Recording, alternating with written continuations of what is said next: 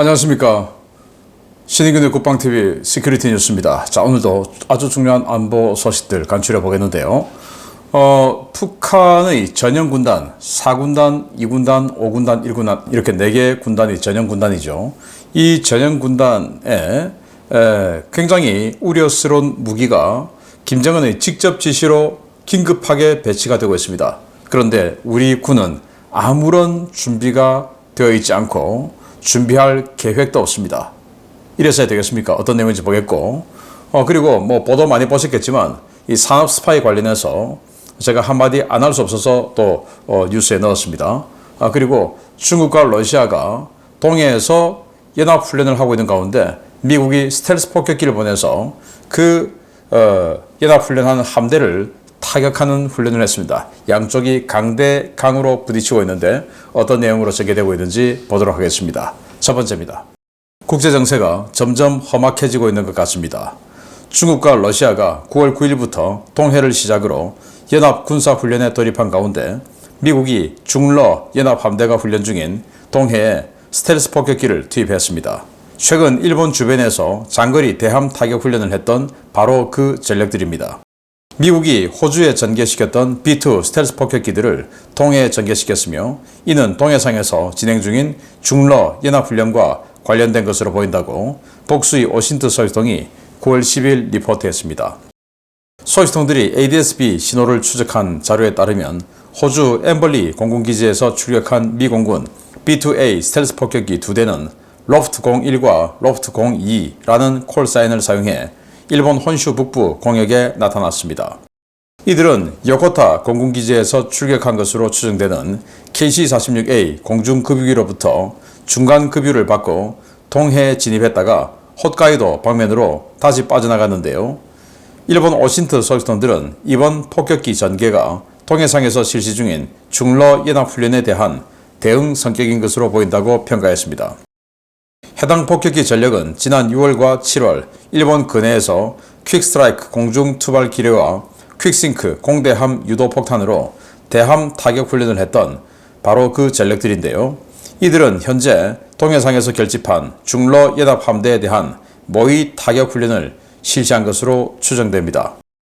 중국은 이번 훈련에 055형 구축함인 우시, 052D형 방공 구축함인 시닝, 054A형 호위함 리니, 903A형 군수지원함 타이허, 815형 정보 수집함 한 척 등 5척으로 구성된 북해 함대 소속 전력들을 파견했습니다. 현재 동해 북부 수역에서 진행 중인 이 훈련은 중국과 러시아의 해공군 전력이 투입돼 한반도는 물론 영내 미국 주도 군사동맹을 겨냥한 무력 시위 성격으로 실시되고 있는데요. 점점 험악해지는 국제정세 속에 한국만 너무 무관심한 것 같습니다. 네, B-2 스텔스 폭격기, 가장 스텔스성이 뛰어난 항공기가 B-2죠. 이 B-2 2대를 동원해서 중국과 러시아 연합함대를 타격하는 훈련을 했다라는 겁니다. 자, 여기 보시면 일본 통막의 자료인데요. 이렇게 대한해협, 스시마 해협을 통과해서 동해로 들어간 중국의 군함들을 볼 수 있습니다. 055형 방공구축함, 그리고 052D형 방공구축함, 그리고 054A 호위함 해서 3척의 전투함과 또 한 척의 군수지원함, 한 척의 정보함 이렇게 5척의 함대를 구성해서 동해로 들어갔고 동해 북쪽이죠. 대화테 어장 그리고 블라디보스토크 그 사이 해역에서 연합훈련을 진행 중이에요.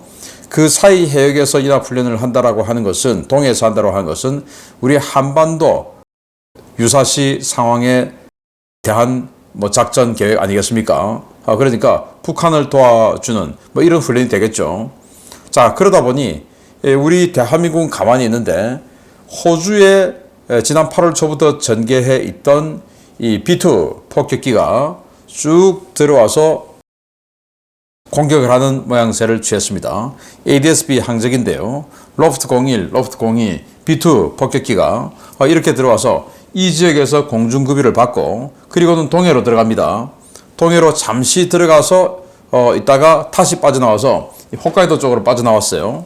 아마 미국으로 돌아갔을 수도 있고 아니면 호주로 다시 돌아갔을 수도 있는데 이 호주로 돌아갔다는 정보가 아직은 없어요. 미국으로 갔을 수도 있는 겁니다. 그래서 안전한 공역에서 공중급유를 받고 그리고는 들어가서 퀵싱크 바로 이 정밀 유도 폭탄을 활공화하는 거죠. 그걸 가지고 이제 바로 대함 타격을 하는 겁니다. 그렇게 해서 퀵싱크 공격을 할 수도 있고 또 퀵스트라이크 그러니까 이 수심이 좀 얕다면 뭐 이런 쪽에 만약에 연합함대가 태평양 쪽으로 나오려 한다면 이 지역에다 기뢰를 부설할 수도 있겠죠. 이런 퀵스트라이크 기뢰 부설 등의 작전을 하고 즉 중국 러시아 연합함대를 때리는 훈련을 하고 이제 물론 뭐 의사격이죠. 그리고는 이제 돌아 나갔다라는 건데 뭐 잠시만 있으면 되죠. 잠시 공격하고 딱 나와버리면 되니까. 자, 이걸 일부러 공개했다고 하는 것은 중국 러시아 보라고 공개하는 거죠. 야, 우리가 스텔스 폭격기 보내서 니들 공격하는 훈련했는데 니들 혹시 레이더로 보기는 봤냐? 라는 그런 이 자신감에서 나오는 거죠. 아마 못 봤을 겁니다. 자, 이런 훈련을 했고, 자, 지난 7월 13일 동중국해에서 B2가 스텔스기들을 동원해서 F-22, F-35 호위를 받으면서 퀵싱크, 퀵스트라이크 등 중국의 함대를 공격하는 이런 훈련을 했어요. 그걸 이제 이번에는 실전에 가까운, 그때는 그냥 중국 함대 없이 했는데 이번에는 진짜로 중국 그리고 러시아 함대가 있는데 타겟팅해서 때려버렸으니까 제대로 된 스파링 파트너가 되지 않을까라고 생각하는데 이렇게 우리 한반도 주변은 정말 바람잘 날 없이 중국, 러시아, 북한, 그리고 한국, 미국, 일본 이렇게가 대립을 하고 있는 상황인데 우리만 그걸 부정하고 있죠. 다른 나라들은 다 이 상황을 인정하는데 우리만 부정하고 애써 부정해요. 왜? 중국, 러시아는 우리 상전이야. 중국, 러시아는 친하게 지내야 돼. 라고 하려고 하니까 적이라고 하면 안 되는 거죠. 도대체 정체들이 뭔지 궁금합니다. 두 번째입니다. 중국과 관련된 산업 스파이 소식은 정말 끊이지 않은 것 같습니다. 처벌이 워낙 약해 한탕주의가 근절되지 않고 있기 때문인데 매년 천문학적인 손실이 발생하고 있는데도 왜 정치권과 법조계는 손을 놓고 있는 것인지 모르겠습니다. 삼성전자가 수조 원의 비용과 수년의 시간을 들여 개발한 핵심 기술이 중국으로 유출되었으며 이로 인해 최소 4조 3천억 원에 달하는 손실이 발생했다고 경찰이 9월 10일 밝혔습니다. 서울경찰청 산업기술안보수사대는 10일 산업기술보호법, 부정경쟁방지법 위반으로 삼성전자 출신 기업가 2명을 구속 기소했다고 밝혔습니다. 삼성전자와 SK하이닉스에서 임원을 지낸 최모 씨와 삼성전자 수석연구원 출신의 오모 씨는 지난 2020년 퇴사 직후 중국 지방정부와 합작으로 청두가오전이라는 업체를 현지에 설립하고 이곳에서 20나노급 D램 반도체 제조 사업을 시작했습니다. 이들은 삼성이 20나노급 D램 반도체 제조를 위해 독자 개발한 핵심 공정 기술을 빼돌려 중국으로 가져갔는데요. 최모 씨는 해당 업체의 임원, 오모 씨는 공정 설계 실장으로 일하며 삼성 기술로 중국에서 반도체 제조 사업을 확장했습니다. 이들은 삼성전자의 다른 임직원도 포섭해 청두가오전으로 이직시켰는데요. 경찰은 이번에 적발된 기술 유출에 따른 경제적 손실 규모가 4조 3천억 원에 달한다고 밝히며 현재 다른 이직자들에 대해서도 수사를 확대하고 있다고 덧붙였습니다. 경찰청 국가수사본부가 지난 7월 발표한 자료에 따르면 올해 상반기 기술 유출 사건 검거 건수는 12건으로 이 중 10건이 중국 정부 또는 업체가 주도한 것으로 확인되었는데요. 올해 상반기 기준으로 7년간 기술 유출로 인한 직접 피해액은 최소 33조 원이지만 판결이 나온 84건 가운데 실형이 선고된 사례는 단 9건에 불과한 것으로 드러났습니다. 문제는 법원이 이러한 기술 유출 사범들에 대해 벌금형이나 집행유예와 같은 솜방망이 처벌만 내리고 정치권도 관련 법령 개정에 별 관심이 없다는 것인데요. 기업들이 피와 땀으로 개발해 국가 경제를 지탱시키는 힘이 될 기술들이 줄줄 새는데도 이를 방치하는 정치인들, 무슨 낯으로 민생을 이야기하는지 묻고 싶습니다. 정말 안타깝습니다. 삼성전자 임원 출신이고 마지막에는 SK하이닉스에서 부사장을 했던 사람이에요. 최모 씨라고 하는데 이 사람 이력을 보면 정말 대단합니다. 이 사람이 은탑 산업훈장을 받았어요. 은탑 산업훈장. 그리고 서울대에서 선정한 한국을 일으킨 엔지니어 60인에 선정될 정도로 정말 대단한 사람이었어요. 삼성에 있다가 SK에 갔다가 그리고 이제 퇴사하고 2020년에 중국 스촨의 청두죠. 성도, 한자로 성도, 청두에 이렇게 근사한 회사를 만들고 여기 지금 정면만 있는데 측면 디귿자로 다 엄청나게 큰 건물이 있어요. 삼성전자 라인을 그대로 옮겼다 해서 복제 공장이다. 이렇게도 이야기를 한답니다. 자기가 거기서 근무했으니까 이 공장이 어떻게 생겼어 다 알고 있는 거죠. 그 공장 설계조차도 굉장히 기밀 아니겠습니까? 그런데 20나노 공정의 반도체 3, 4년 전에 그리고 지금은 훨씬 더 기술 개발이 됐겠죠. 그래서 이 연구 개발비만 해도 4조 3천억 원. 그리고 이로 인해서 기회비용이 있었겠죠. 이들이 매출을 일으키니까 삼성이나 SK 하이닉스가 중국의 각종 이 전자 제품 회사나 각종 회사에 반도체를 팔아야 되는데 중국이 반도체 굴기 뭐 이러면서 자기네들 회사 이렇게 만들어서 삼성이나 SK 반도체 안 사고 이런 거 사는 거 아니겠습니까? 그러면 삼성과 SK는 하이닉스는 그만큼 매출을 못 올린 겁니다. 그런 기회비용은 빼고 그냥 기술 개발비만 4조 3천억 원. 이거 완전히 그냥 뭐 정말 뭐 제가 좀 험악한 말을 하고 싶은데 그런 거 아니겠습니까? 그런데 왜 이런 자들이 계속 활기를 치나?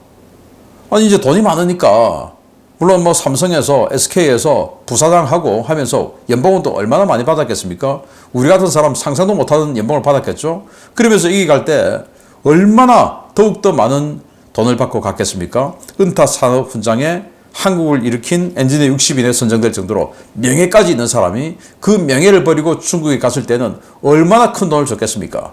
그러니 이런 일이 생겨도 전관예우를 짱짱하게 받는 변호사를 선임하겠죠.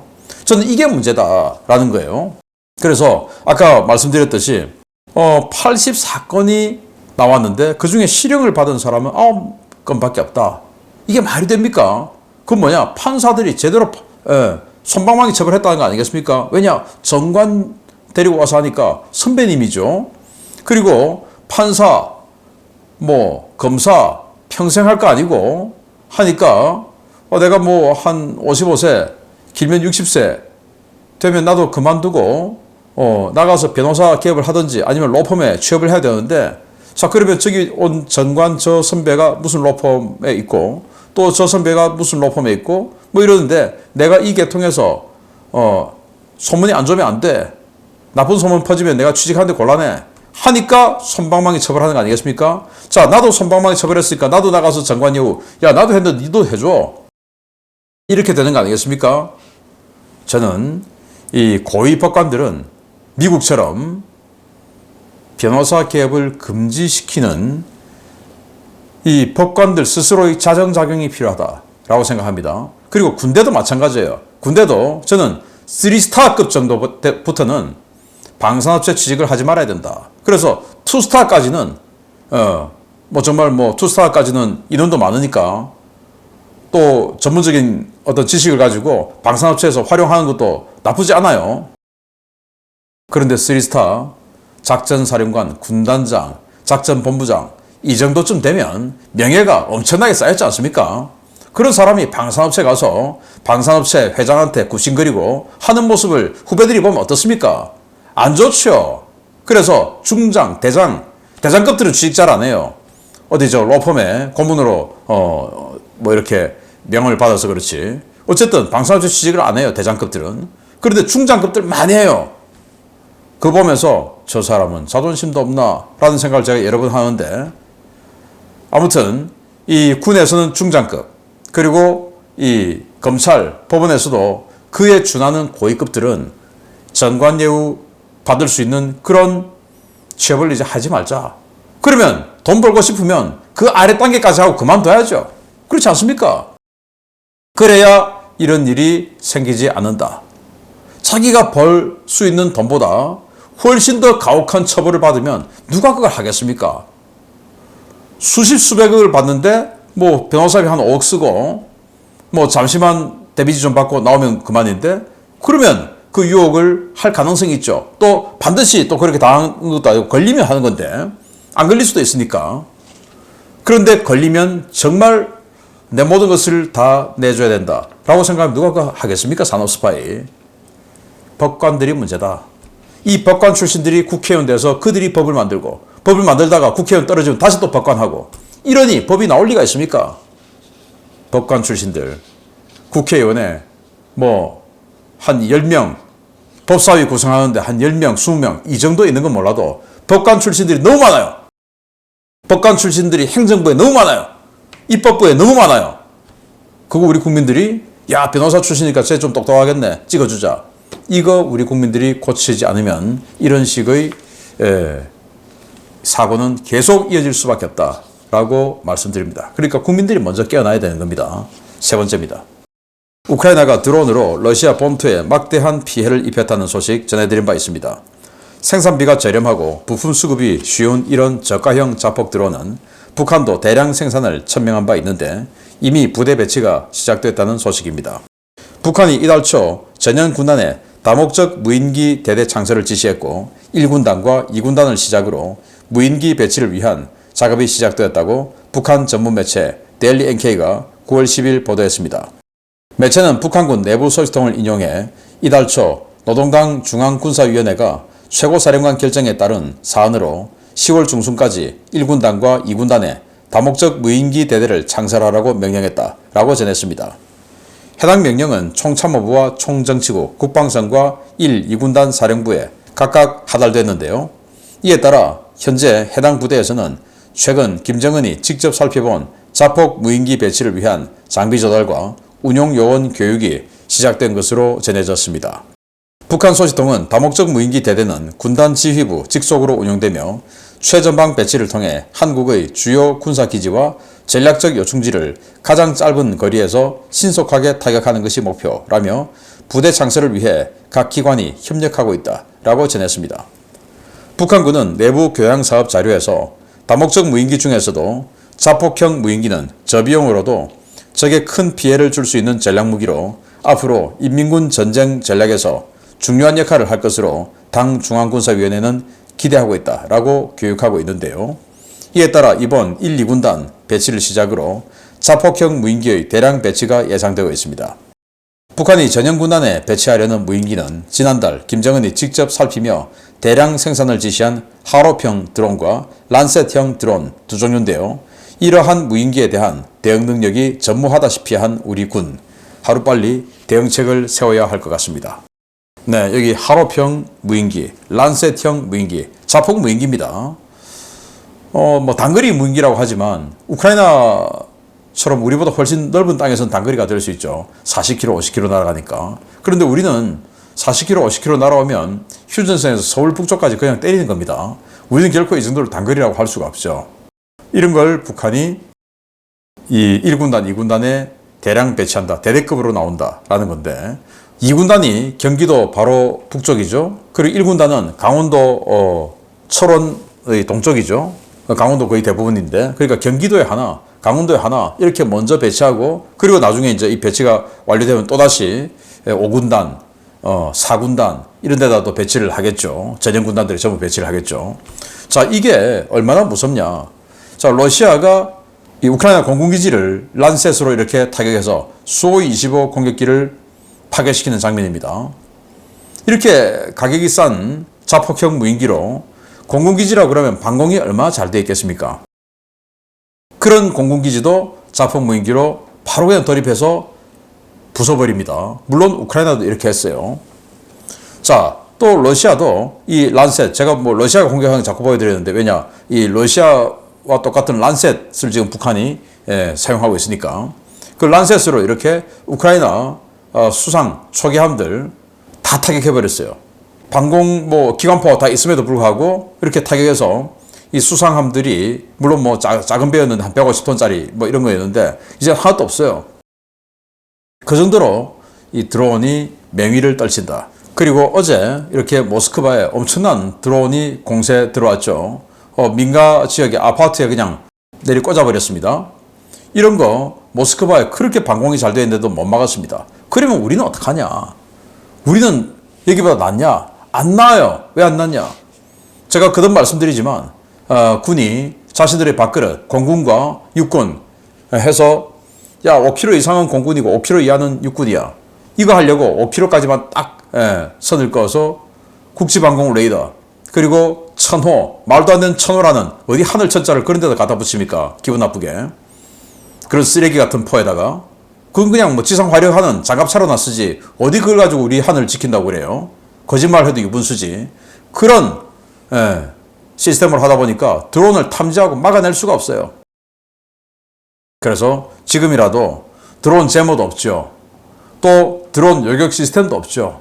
또 드론 방어 시스템도 없죠. 그거 우리 어떡합니까? 북한은 지금 이렇게 군단에서 대대급으로 자폭 공격 무인기 부대를 창설을 하고 있는데 우리는 어떻게 합니까? 계획이라도 있습니까?